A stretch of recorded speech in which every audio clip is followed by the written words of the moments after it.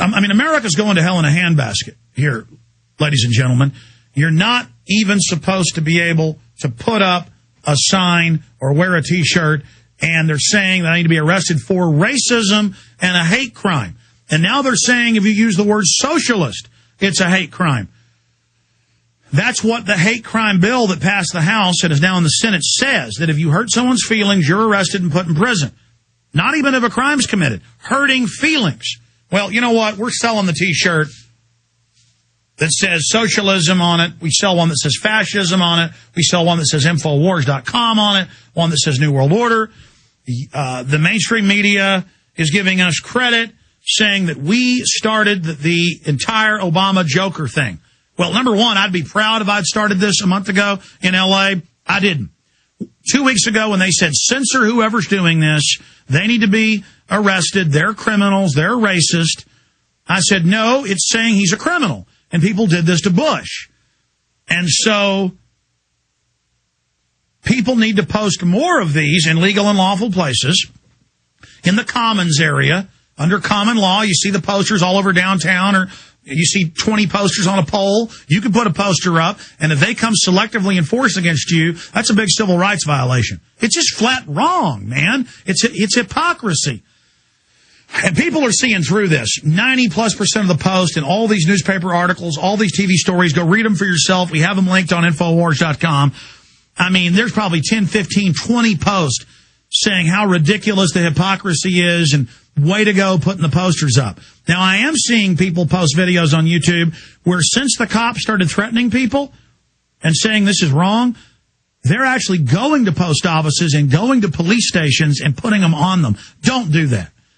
Have your First Amendment. Put it where other people put posters. Put it in the downtown areas. Put it on bulletin boards. Give them to people. But I mean, that's what our founding fathers actually did, go and put stuff on redcoat police stations. They actually did do stuff like that. They do stuff like burn images of the redcoats, you know, out front the police station. And then if the redcoats beat somebody up, they'd stop the redcoats on the road and beat them up. I'm not calling for any of that. That's evil. That's founding father type stuff. And I'm being somewhat sarcastic, but seriously, I don't want that to happen because the establishment wants violence to break out. Now, enough said about that. We've now put up a T-shirt. These are in. These are selling. We have these in stock. We're now manufacturing today. We have a 3-day turnaround. So today, Saturday, and then Monday. By Tuesday, we'll have these T-shirts.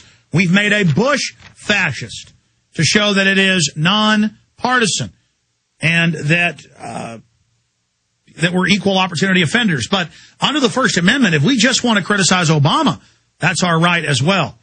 And so here is the poster, and everybody can get this T-shirt. It says Infowars.com on the back. But all the Obama ones are available at Infowars.com, and get them while you can. Lord knows they may just go ahead and make all this illegal, and I'm not joking about that. So I want to get Stewart Rhodes' take on that coming up, but not yet. We're going to open the phones up, too, at 1-800-259-9231. I know some stations just joined us in the second hour. That's why I'm recapping some top stories. The Progressive newspaper is reporting, magazine is reporting, the Pentagon wants the authority to boost 400,000 military personnel in the U.S. This is directly from the Congressional Record in violation of the 1878 Posse Comitatus Act.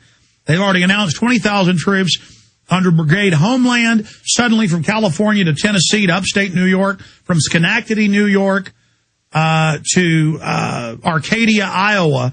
Army, regular Army, National Guard, Marines, state guards are running checkpoints, searching people, actually arresting people, running DWI checkpoints, things that are seen as popular to acclimate the public. And they admit this is for domestic operations in the Homeland Security documents we broke that we got from people inside Homeland Security, in the Department of Defense documents we broke that were later confirmed mainstream news, in the secret clergy response teams and InfraGard documents we broke that were years later confirmed to be real.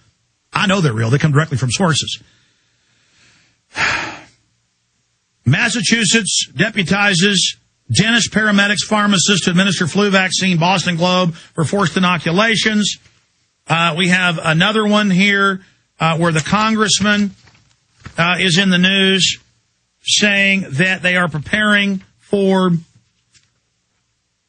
total martial law and using this as the cover to do that. I'm looking for it here in my stack. I'll find it in a moment.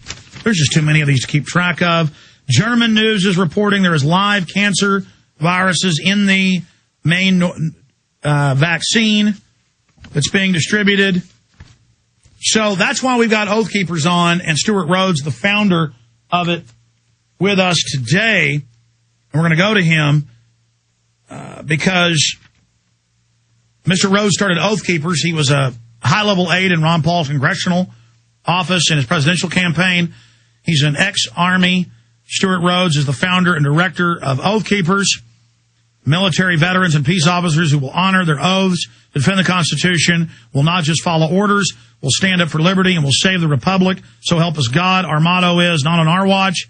It's a nonpartisan association of currently serving military, reserves, National Guard, peace officers, veterans who swore an oath to support and defend the Constitution against all enemies, foreign and domestic. And he is a Yale Law School graduate and was an Army officer give us your exact bio, Stewart. Oh, I was a paratrooper. I was an enlisted man. I worked for a living. But I was a paratrooper until I was disabled in a parachuting accident. Okay, now let's get started here. You've heard me throw all this out. The main reason I got you on is the Southern Poverty Law Center has put out a report mixing us in with white supremacists, UFO cults, you name it. And specifically, they attack us together here in this piece.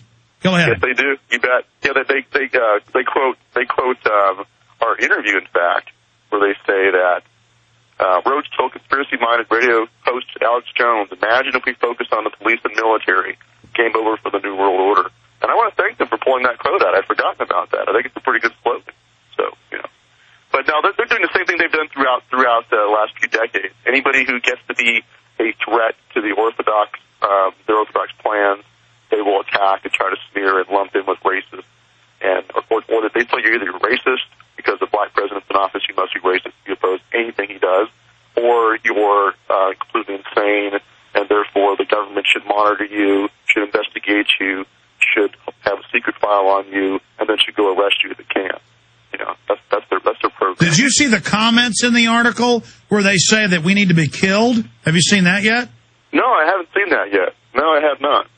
No, but I saw something last time. It was an Alan Colmes show, which was a really horrible interview. All he wanted to do was accuse me of being sensationalistic and paranoid. But he had comments on his own side that were pretty atrocious too. Well, the Louisville newspapers, the AP, and others are reporting. I'm going to dig them out and cover them coming up as soon as I find them. Congressman Brown is saying this is being used for martial law, that Congress has been threatened with martial law. We have now the Pentagon publicly saying they want to deploy 400,000 regular Army on the streets of America. I mean, this is an occupation rivaling Baghdad. This is really happening. Yeah, well, jumping over to the flu idea, that has always been the one thing that will throw back at us about our 10 orders. They say, what about a pandemic? And so I can't think of a stronger pretext, short of a nuke going off in American City, for trying to declare martial law. But as you know, martial law has no constitutional basis whatsoever. So I get a little sick and tired of hearing all these politicians throwing around the word martial law. They have no idea what they're talking about. Because martial law is the absolute absence of law. It's the will of the commander on the battlefield. And nowhere in our Constitution is there kind of escape clause that says when the weather's bad, you can suspend the Second Amendment like they did in Katrina, or if there's a flu outbreak, you can suspend the Constitution and impose martial law. It doesn't exist. And so when you look at Article 4, Section 4, that's your answer right there. What does it say right there? It says that the national government shall secure to the states a republican form of government and shall protect each of them against invasion, and on application of the legislature or of the executive when the legislature cannot be convened against domestic violence. So what it's saying there is that you have to have the permission of the legislature of the state, or only if the legislature cannot be convened, the governor of the state. And only then can the federal government come into a state. And so that's my first stop when it comes to the constitutionality of any of these plans that NORTHCOM, FEMA, DHS has. They're acting as though the states don't exist anymore. Well, the issue, too, is everything should be set up around the state responding, because the locals can always spend the money the best, and they can also respond the best. That's been the way we've always operated. I mean, if Congress can't even read its own bills, and look at Katrina, how are they going to respond? No, they're going to use disasters as a pretext to come in and confiscate guns and loot the wealthy houses, as happened in Katrina. Stay there, Stewart Rhodes with Oathkeepers, thousands and thousands of military and police taking the oath to not violate the Bill of Rights and Constitution and to upkeep their oath. We'll be right back.